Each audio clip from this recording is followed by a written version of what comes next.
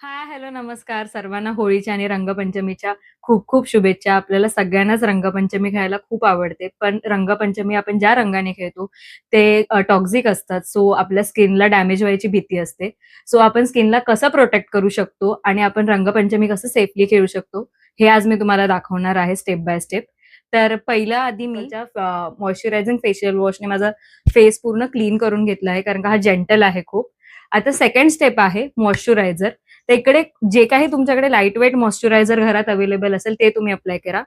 तर हे इथे मी मॉइश्चरायझर घेतलेलं आहे. तर हे आता मी ऑल ओव्हर फेस अप्लाय करणार आहे. मला एकदा सुद्धा हे मॉइश्चरायझर अप्लाय करायचं आहे.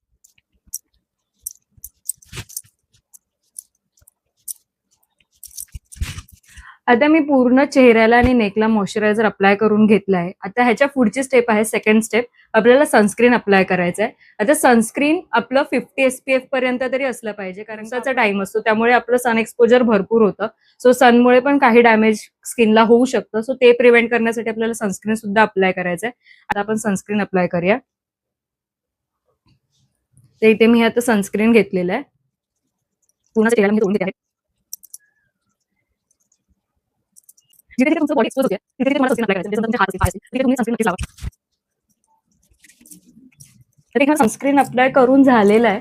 आता सनस्क्रीन अप्लाय केल्यानंतर तुम्हाला एक 15 मिनिटं थांबायचं आहे. ते स्किनमध्ये पूर्ण मुरायला द्यायचंय किंवा स्किनवरती पूर्ण ड्राय व्हायला द्यायचंय. त्याच्यानंतर तुम्हाला नेक्स्ट स्टेप करायची आहे. आता इथे मी सनस्क्रीन लावून एक 15 मिनिटं झालेली आहे आणि माझं सनस्क्रीन पूर्ण स्किनवरती सेट झालेलं आहे. तर आता नेक्स्ट स्टेप आहे ती खूप इम्पॉर्टंट आहे आणि त्याचं रिझन पण मी तुम्हाला सांगणार आहे. तुम्हाला सगळ्यांनाच आठवत असेल, लहान असताना आई आपल्याला बोलायची, खोबरेल तेल लावून जा. तर त्याचं रिझन असं आहे, की ते लावल्यामुळे आपल्या कलर्समुळे जो स्टेन येतो, एक चेहऱ्यावरती डाग पडतात कलरमुळे, ते प्रिव्हेंट होतात. तर इथे मी पॅराशूटचंच कोकोनट ऑइल घेतलेलं आहे. ते थोड्याशाच प्रमाणात मी घेतेय. ऑइली स्किनवाल्यांनी थोडी लेस अमाउंट लावायची आहे. आता हे मेन लावायची जी मोशन आहे ती तुम्हाला मी सांगते. रब नाही करायचंय किंवा घासायचं नाहीये. तर तुम्ही लावलेला जर चोलात घासला तर तुम्ही लावलेला जो लेयर आहे मॉइश्चरायझरचा, सनस्क्रीनचा, तो निघून जाईल. सो हे तुम्हाला पॅटिंग मोशनमध्ये लावायचं. तर मी तुम्हाला दाखवते कसं लावायचंय. हे असं पॅटिंग मोशनमध्ये पूर्ण चेहऱ्याला शिवाय तुमच्या नेकला सुद्धा अप्लाय करून घ्यायचंय. आणि जिथे-जिथे तुमचं स्किन एक्सपोजर आहे, बॉडी एक्सपोजर आहे, तिथे तुम्हाला कोकोनट ऑइल लावून घ्यायचं. सो दॅट कलरचे डाग पडतात स्किनला ते पडणार नाही किंवा कमी प्रमाणात पडतील. तर हे असं मी आता ह्याच्यावरती नक्कीच तुम्ही मेकअप तर बिलकुल करू शकत नाही.